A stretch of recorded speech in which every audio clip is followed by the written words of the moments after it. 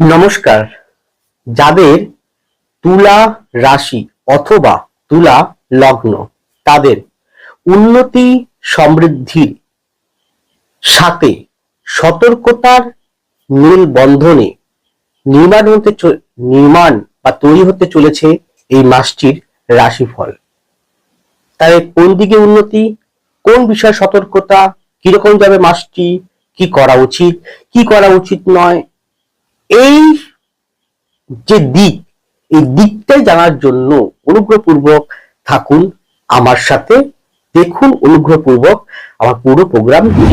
সুতরাং পরবর্তী প্রোগ্রামগুলোকে অতি সহজে পাবার জন্য আমার চ্যানেলটিকে সাবস্ক্রাইব করুন এবং পাশে থাকা বেল আইকনটি অবশ্যই প্রেস করবেন। আসুন তাহলে শুরু করা যাক আজকের মূল আলোচ্য পর্বে। দেখুন, আমি মূলত যে রাশিফল প্রকাশ করি তা সম্পূর্ণ সেই মাসের জন্য বা সেই সময়ের জন্য গোচরকালীন গ্রহ অবস্থানকে ভিত্তি করে। এটা আমি সার্বিক আলোকপাত করি, ব্যক্তিগত কাউকে উদ্দেশ্য করে নয়। তা সেই পরিপ্রেক্ষিতে তুলা রাশি বা লগ্নের, আপনার যেটাই হোক না কেন, রাশি হতে পারে তুলা, লগ্ন হতে পারে তুলা, তার অধিপতি শুক্র সপ্তম ভাবে থাকবে এবং সপ্তম ভাব থেকে অষ্টম ভাবে নিজ স্বক্ষেত্রে 19 তারিখে প্রবেশ করবে। রাশি বা লগ্নের পঞ্চম ভাবে মঙ্গল থাকবে, এই মঙ্গল 2 তারিখে 2রা এপ্রিল প্রবেশ করবে ষষ্ঠ ভাবে। রাহু পুরো মাসটা জুড়েই নিয়ে নক্ষত্রে থাকবে পঞ্চম ভাবে। বুধ 11 তারিখে ষষ্ঠ ভাবে প্রবেশ করবে। এদিকে নবম ভাবে ভাগ্যভাবে থাকবে বৃহস্পতি ডাইরেক্ট অবস্থায়, বুধও কিন্তু থাকবে ডাইরেক্ট অবস্থায়। একাদশে থাকবে কেতু নিজের নক্ষত্রে। এই গোচরকালীন গ্রহ অবস্থানকে ভিত্তি করে পুরো মাসের জন্য রাশিফল প্রকাশ করতে চলেছি। প্রথমেই আসুন আপনাদের মন মানসিকতা। প্রোগ্রামটি পুরোপুরি কন্টিনিউ করার পূর্বে একটি কথা না বললেই নয়, বলা বাহুল্য। দেখুন, এই যে গোচরকালীন অবস্থান, গ্রহ অবস্থান রয়েছে, এই পরিপ্রেক্ষিতে সর্বপ্রথম যেটা ইন জেনারেল সকলের জন্য আলোকপাত করছি, ব্যক্তিগত কাউকে উদ্দেশ্য করে না। তো সেই পরিপ্রেক্ষিতে ব্যক্তিগত জন্মকুণ্ডলীর D1, D9, ডেকান, ভাব, ডিগ্রি, নবতার চক্র, স্বর্ণালী চক্র, অন্যান্য সরলবর্গ, গ্রহদের বলবত্তা, গ্রহরা কোথাও অবস্থান করছে, সেই পরিপ্রেক্ষিতে আপনার ব্যক্তিগত হরোস্কোপে গ্রহরা কোথাও অবস্থান করছে, কম্বিনেশন করা, মহাদশা, অন্তর্দশা, প্রত্যন্ত দশা, তার সঙ্গে হাতের পজিশন, এই সমস্ত বাস্তু, এই সমস্ত বিষয়গুলো একত্রিত করে একজন ব্যক্তির জন্মকুণ্ডলী বলা সম্ভব, আরো নিখুঁত বলা সম্ভব।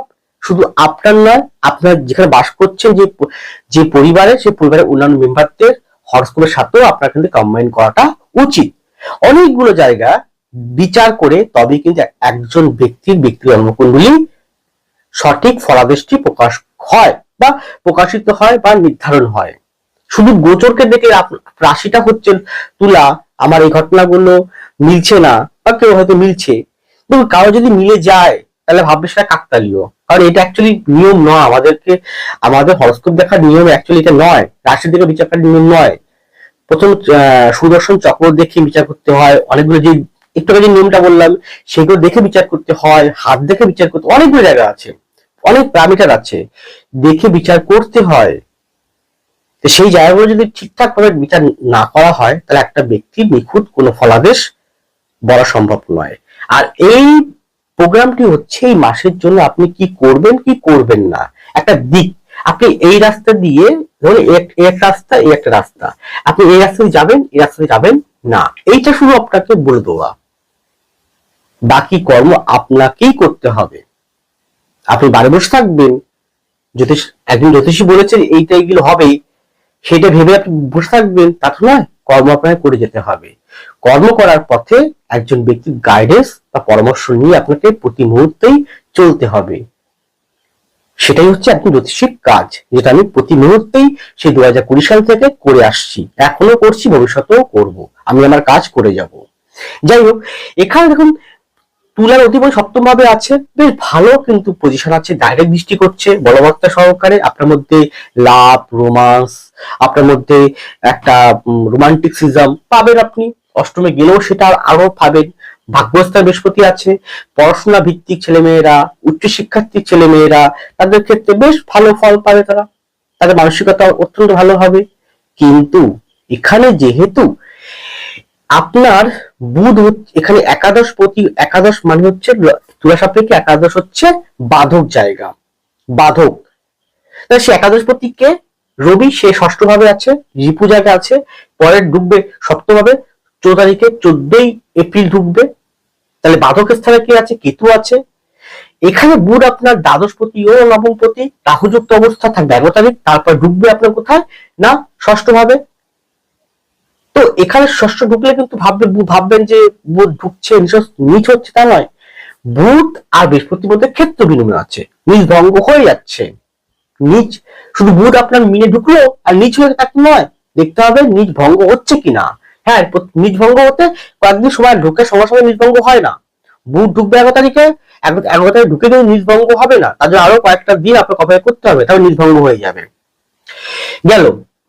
তো সেই যে বুধ যদি রাহুর সঙ্গে পরের মঙ্গল ঢুকে যাবে 2 তারিখে, তাহলে মঙ্গল শনি, যে মঙ্গল দ্বিতীয় প্রতি আপনার, সপ্তম প্রতি আপনার, মঙ্গল শনি রবির সঙ্গে বরে বুধ ঢুকবে।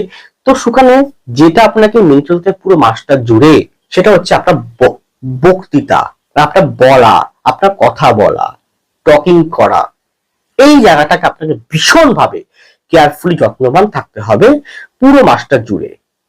যত গন্ডগোল, যত অশান্তি যদি হয়, তাহলে এখান থেকেই শুরু হবে, নচেত কিন্তু হবে না। নচেত গ্রহ অবস্থা অত্যন্ত ভালো জায়গায় আস্তে আস্তে যাবে।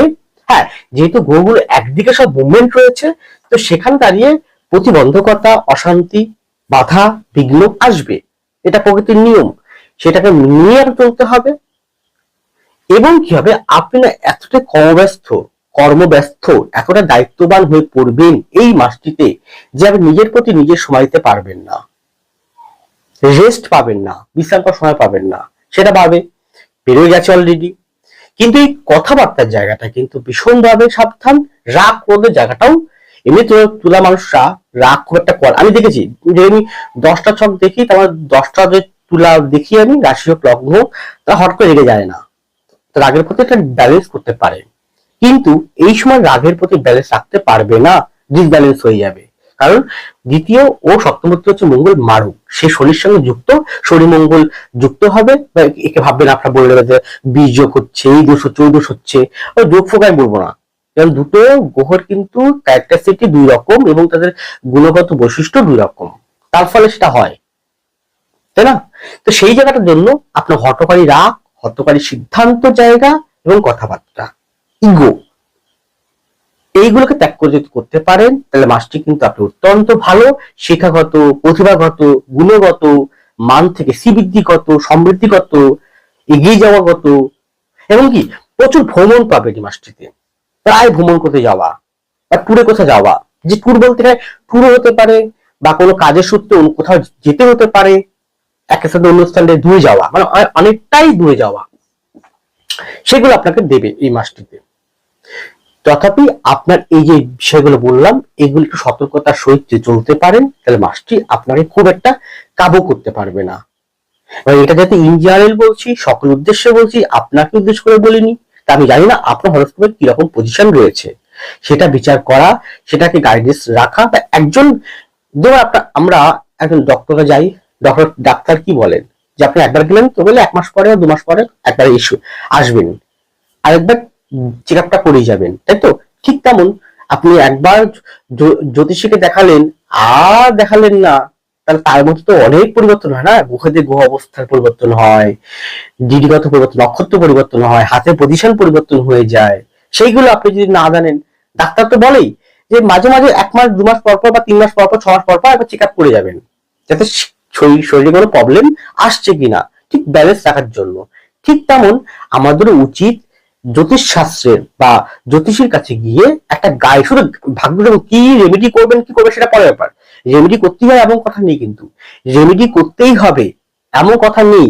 গাইডেন্স, পরামর্শ, আপনি এই পথে যাবেন, এই পথে যাবেন না, তাতে গাইডেন্স পরামর্শ এইটা আপনাকে মাঝে মাঝে বা এক মাস না হলে 3 মাস পর পর, 2 মাস পর পর আপনাকে নেওয়া উচিত। তাতে আপনি কি হবেন, সঠিক পথটা দেখে সঠিকভাবে আপনি চলতে পারবেন, আর বাধা বিঘ্ন পেরিয়ে আপনাকে যেতে পারবেন। আগাম সতর্কতার সহিত আপনাকে সেই পথগুলোকে ঠিকঠাক ভাবে আপনি চলতে পারবেন। তার জন্য তো বললাম এই পথে যাওয়া উচিত, এই পথে যাওয়া উচিত নয়, এই দিকটাই আপনাকে প্রতি মুহূর্তে একজন ব্যক্তির কাছে গিয়ে দেখে নিতে হয়। তিনি আপনাকে যেভাবে পরামর্শ দেন, তিনি আপনার মনোপুত, আপনার পছন্দপুত যাকে ভালো লাগে তাকে যাবেন, যেটা বিশ্বাস করেন আপনি, তাই না? এটা বুঝে শুনে আপনারা চলতে পারেন। এমন না যে আমার কাছে আসতে হবে এমন কথা নেই, আমি কখনো বলবো না যে আপনারা আমার কাছে আসুন। আপনার ব্যক্তিগত সিদ্ধান্ত, আপনি কোথায় যাবেন, কাকে দেখাবেন, কিন্তু এটা করবেন আপনি, মেনে চলুন, দেখুন অবশ্যই ভালো কিছু লাভবান হবেন। এরপরে আপনাদের খুব গুরুত্বপূর্ণ যে জায়গাটা, শরীর স্বাস্থ্য। দেখুন শরীর স্বাস্থ্য দেখার জন্য মূলত লগ্ন রাশি ভাবটিকে দেখতে হয়, ষষ্ঠ, অষ্টম, দ্বাদশকে দেখতে হয়। আমি সেই পরিপ্রেক্ষিতে আমি এইটুকু বলতে পারি যে এই মাসটিতে অলরেডি মার্চ মাসের 30-31 তারিখ থেকে, এবং খুব আরো যদি বলি তাহলে 9/4/2025, এই যে অলরেডি 30-31 তারিখ থেকে, আরো যদি বলি 9 তারিখ পর থেকে আপনারা খুব সাবধানে চলাফেরা করবেন। পথ চলাচল, উঠানামা চলাচল, বাইক চালানো, গাড়ি চালানো, সাইকেল চালানো, বা আপনি যদি নাও চালান, বাসে যাচ্ছেন, অটোয় যাচ্ছেন, টোটোয় যাচ্ছেন, কারো বাইকের পিছনে যাচ্ছেন, যেটাই করুন না কেন, চলাফেরা এক প্রকার, কারণ শারীরিক আঘাত পাওয়ার সম্ভাবনা প্রবল আকারে কিন্তু শো করছে। সেটা 9 তারিখের পর থেকে আরো বেশি অ্যাক্টিভ হয়ে যাবে, এবং এই মাসটা এইটা কিন্তু সতর্কতার সহিত আপনাকে আগামী, আমি যতটা পারেন চেষ্টা করুন সতর্কতার সহিত আপনাকে এগিয়ে চলতে। এমন না যে আপনি বললাম বলে বাড়িতে বসে থাকলে এক মাস ধরে আপনি কোথাও বেরোলেন না, কোনো কাজই করলেন না, তা তো নয়, করবেন কিন্তু সতর্কতার সহিত।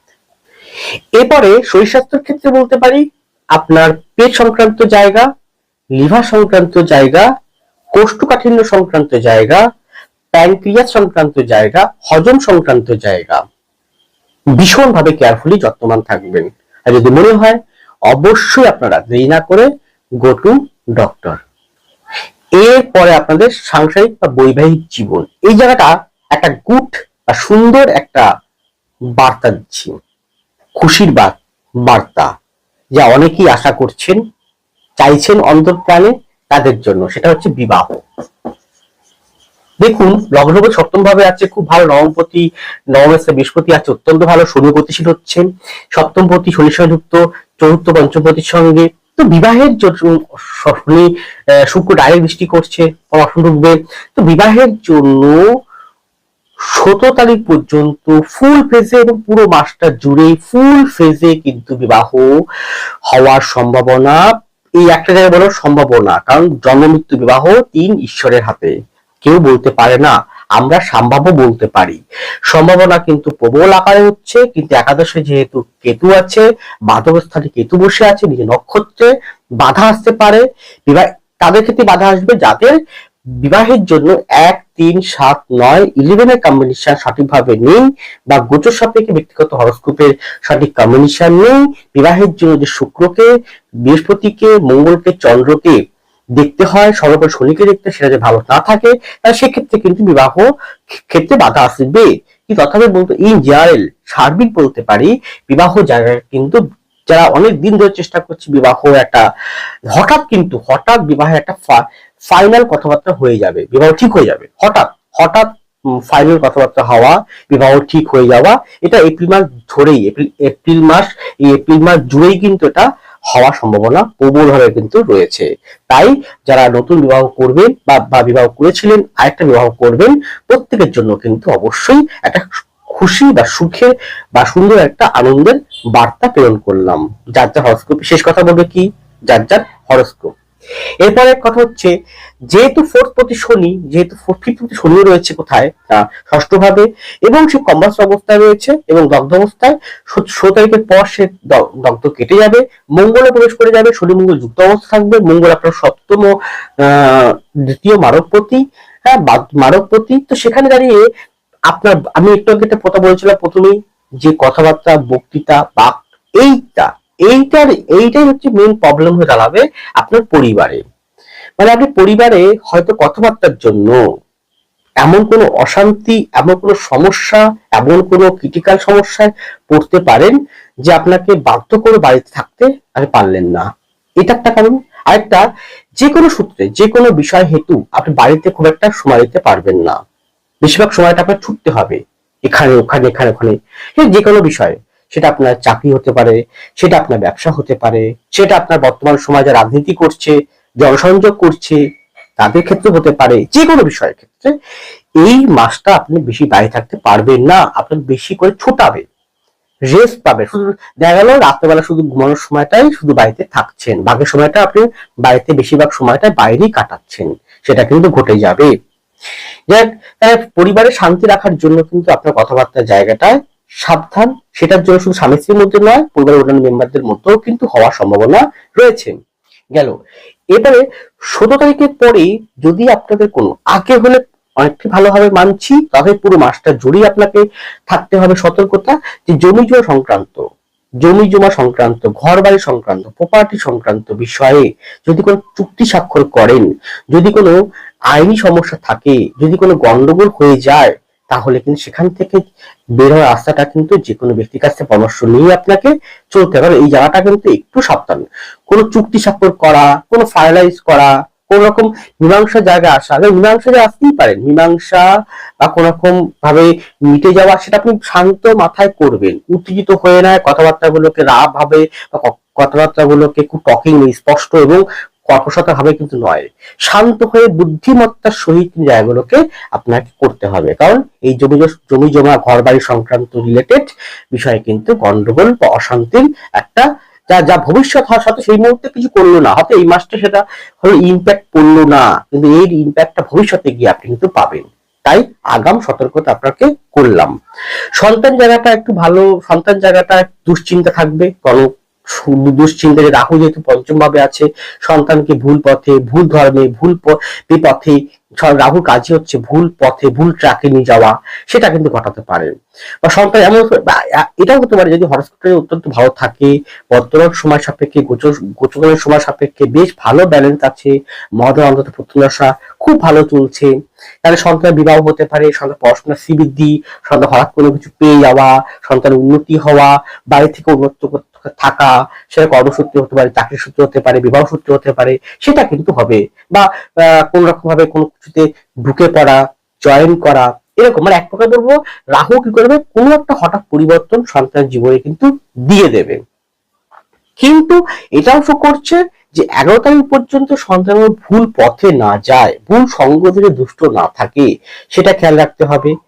কার সাথে মিশছে, কোথায় মিশছে, কি করছে। আর একটা কি, বুদ্ধি যদি জন্মকালীন সময় বুধ যদি খারাপ থাকে, সন্তানের বুদ্ধিমত্তা বা উপস্থিত বুদ্ধির ক্ষেত্রে কিন্তু গন্ডগোল হতে পারে, বা বাক বা কথাবার্তা বা ল্যাঙ্গুয়েজ সংক্রান্ত বিষয়ে কিন্তু সমস্যা আসতে পারে। সেটা নিয়ে হয়তো পিতামাতা দুশ্চিন্তা থাকতে পারেন, বা পড়াশোনার থেকে হয়তো অন্য বিষয়ে বেশি মন চলে যাওয়া, পড়াশোনার প্রতি মনোসংযোগ সৃষ্টি হওয়া না হওয়া, বা এমন পারে যে কোনো কাজকে ইনকমপ্লিট রেখে দেওয়া, সেটা কিন্তু চলতে পারে। এটা আমি বলছি শুধু গোচরকে ভিত্তি করে, আমি জানি না আপনার সন্তান হরস্কোপটি কি রকম পজিশন রয়েছে, সেটাকে একবার পারলে কাউকে দিয়ে কনসালটেন্সি কাউন্সিলিং করানো দরকার। যদি এগুলো বুঝতে পারেন, বা আগামী যদি মনে করেন না আমার সন্তানের ভবিষ্যৎ, উজ্জ্বল ভবিষ্যৎ একটা ঠিক করতে চাই, কোথায় কি প্রবলেম রয়েছে এটা আগামী জেনে নিয়ে যাক, সেই পথ অনুযায়ী সন্তানকে মানুষ করা যাক। সামনে উচ্চ মাধ্যমিকের ফল প্রকাশিত হবে, এরপরেই হচ্ছে তাহলে কোন সাবজেক্ট নিয়ে পড়াশোনা করবে, কোন বিষয় নিয়ে পড়াশোনা করবে, সায়েন্স, আর্টস না কমার্স নিয়ে পড়াশোনা করবে, সেই জায়গাগুলোকে জেনে নেওয়া যাক, যে এটা নিয়ে পড়াশোনা করলে ছেলে ভবিষ্যৎ কতটা ভালো হবে কি হবে না, কোন লাইনটা গেলে ভালো হবে, এটা আপনারা সাজেস্ট করে দিন। সেই জায়গাগুলোকে, সেই জায়গাগুলো দেখে নিয়ে যদি এগোতে পারেন, তবেই কিন্তু একটা সুন্দর জীবন আপনি লাভবান হবেন। লাস্ট পয়েন্ট আপনাদের কর্মজীবন ও অর্থনৈতিক জীবন। দেখুন, কর্মক্ষেত্রে কিন্তু আগের তুলনায় কিন্তু বেটারমেন্ট সময় আপনি পাবেন। বিশেষ করে যারা এক্সপোর্ট ইম্পোর্ট করছেন, বিশেষ করে যারা বিজনেস করছেন, ব্যবসা করছেন, তাদের জন্য কিন্তু অবশ্যই ভালো সময়। কি ধরনের ব্যবসা?